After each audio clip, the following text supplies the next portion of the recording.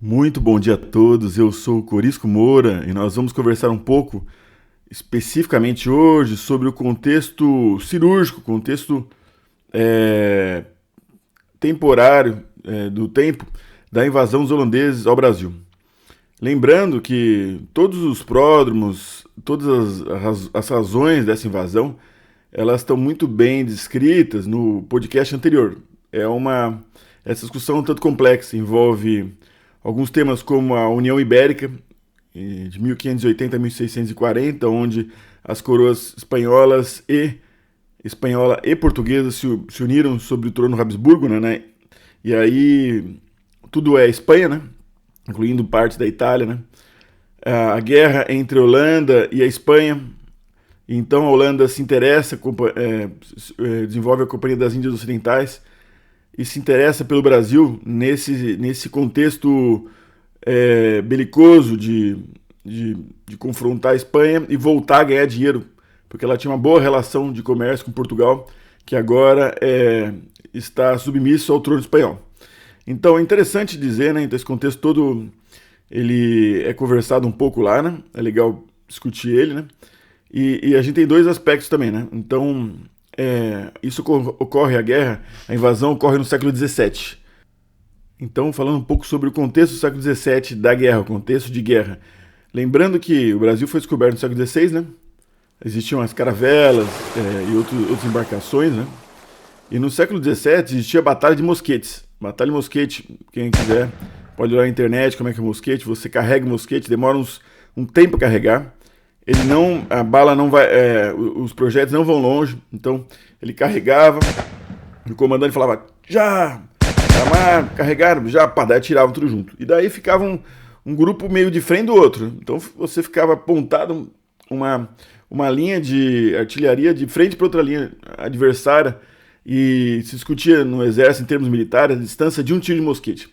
Eles estavam à distância de um tiro de mosquete, estava essa distância aí de um para o outro. Então eles estavam a uma distância de um tiro de canhão. Isso aí eram termos e discussões do exército local, né? Então, como se usava a terminologia.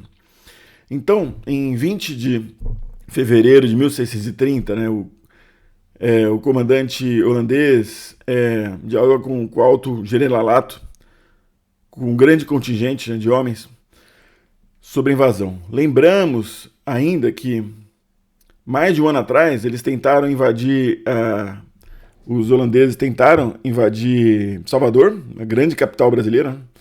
Derrubaram vários barcos, afundaram vários barcos ali, tomaram a cidade depois e fizeram a pilhagem e enfrentaram uma resistência muito grande depois nas escaramuças, particularmente no Rio Vermelho. Agora, voltando sobre a invasão de Pernambuco, nós temos duas cidades, Olinda e Recife. Olinda era a capital política do Pernambuco, né? E Recife era uma cidadela. Daí até o comandante holandês ele fala a cidadela do Arrecife. Então, voltando à invasão, foram divididos dois grupos, né, de holandeses. Um grupo foi destinado a Olinda e outro grupo maior foi destinado ao Recife. Por que isso, né? Acreditava-se que Olinda seria muito mais fácil de ser tomada e verdadeiramente foi. É uma cidade criada por morros baixos, sem nenhum acidente geográfico, sem nenhum rio, sem nada que protegesse. Então foi muito fácil ser tomada. O grande comandante, o valoroso comandante foi Matias de Albuquerque, neto de Duarte Coelho, o donatário da terra, da capitania de Pernambuco, né? O grande Matias de Albuquerque que valorosamente lutou até o último minuto para defender essa terra e depois vai fazer parte de todo esse movimento de reconquista, né? Então, o grupo de Olinda, né, então dividiram-se em dois grupos. O grupo de Olinda ele vai lá ele se dirige a ter a proximidade da costa, né, enfrenta uma alta resistência de artilharia e cavalaria. Então, pessoas, brasileiros e portugueses a cavalo, atirando, de terra atirando, então, de mosquetes, como eu disse, né, aqueles tiros de mosquete lá.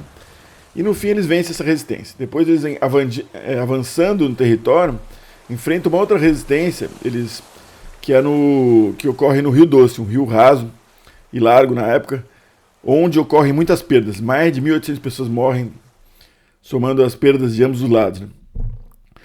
uma vez vencendo essa última resistência, o território de Olinda, para quem conhece, assim, são morros suaves, né? Não existem muralhas, não existe nada desse tipo. Então eles tomam o primeiro convento jesuíta, nas grandes janelas eles lançam as flânulas, aquelas flânulas enormes ali, as bandeiras ali, e para mostrar que eles ganharam ali, né? E eles foram tomando a cidade inteira. E é interessante que eles perceberam que os portugueses eles fugiram com dinheiro, com ouro, com todos os bens, correram, e era a hora do almoço.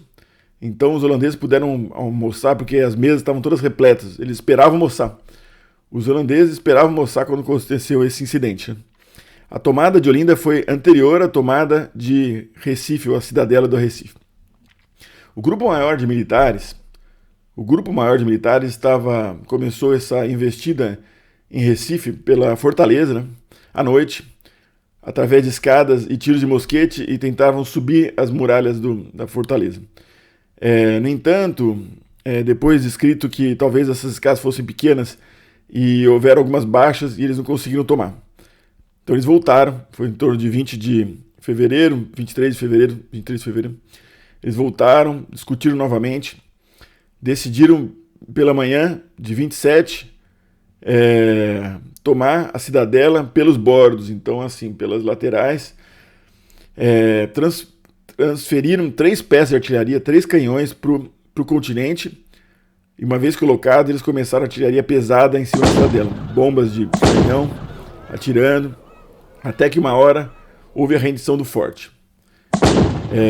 Os holandeses dizem que as armas foram lançadas ao mar, então, a princípio, para não serem usadas pelos adversários. E houve um acordo, né, de que, segundo esse acordo, os donos anteriores da terra não poderiam ocupar essa terra num período de 6 meses, não poderiam tentar investir novamente na terra num período de 6 meses.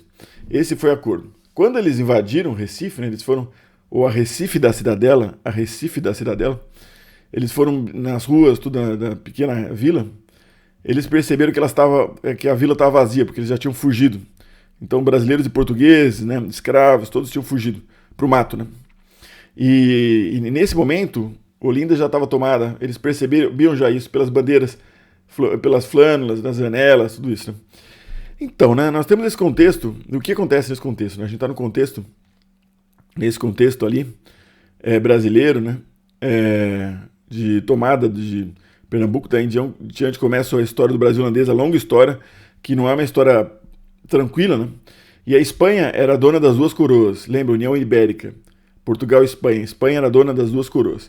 E a Espanha estava devastada, a marinha espanhola devastada pela guerra contra a Holanda, devastada. Então ela não pôde ajudar, não pôde defender da devida forma o território brasileiro naquele momento. E coube aos brasileiros e portugueses que viviam aqui na capitania esse papel de lutar contra os holandeses nesse período. Agora a história do Brasil holandês é espetacular, né? Esse povo que veio para cá, os judeus que vieram junto, né? Os costumes, a interface entre português e holandês, entre o católico e o protestante, mas isso é o assunto para uma outra conversa, pessoal.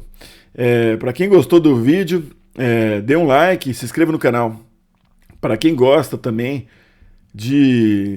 da história, gosta de romances históricos, vale a pena ler o livro escrito por mim também, Corisco Moura, 2 Levados numa Jangada, que eu publiquei nesse ano, disponível na internet, à venda nos marketplaces. Bom dia a todos!